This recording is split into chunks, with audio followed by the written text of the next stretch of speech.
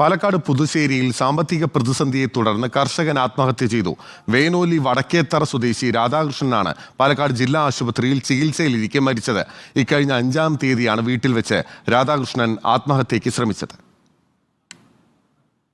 സപ്ലൈകോയിൽ നിന്ന് സംഭരണ തുക യഥാസമയം ലഭിക്കാത്തതിനാൽ കഴിഞ്ഞ കുറച്ചു കാലങ്ങളായി വിളവെടുക്കുന്ന നെല്ല് രാധാകൃഷ്ണൻ ഓപ്പൺ മാർക്കറ്റിലാണ് വിൽപ്പന നടത്തിയിരുന്നത്. ഇത്തവണയും 2-ാം വിള ഓപ്പൺ മാർക്കറ്റിൽ നൽകി മുഴുവൻ പണവും കൈപ്പറ്റി.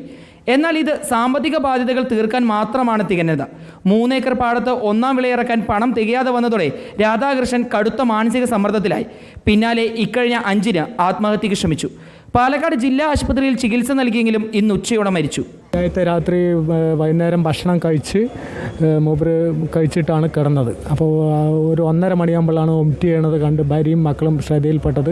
അങ്ങനെ ജില്ലാ ആശുപത്രിയിൽ കൊണ്ടുവന്ന് അഡ്മിറ്റ് ചെയ്തു. ഇത്ര ദിവസവും വെന്റിലേറ്ററിൻ്റെ സഹായത്തോടു കൂടിയിട്ടായിരുന്നു ചികിത്സയിൽ കഴിഞ്ഞുകൊണ്ടിരുന്നത്. രാധാകൃഷ്ണന് മറ്റ് കടബാധ്യതകൾ ഇല്ലായിരുന്നു എന്നാണ് ബന്ധുക്കൾ പറയുന്നത്.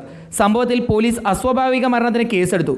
ബന്ധുക്കളുടെ മൊഴി രേഖപ്പെടുത്തുമെന്നും കസബ പോലീസ് അറിയിച്ചു. റിപ്പോർട്ടർ, പാലക്കാട്.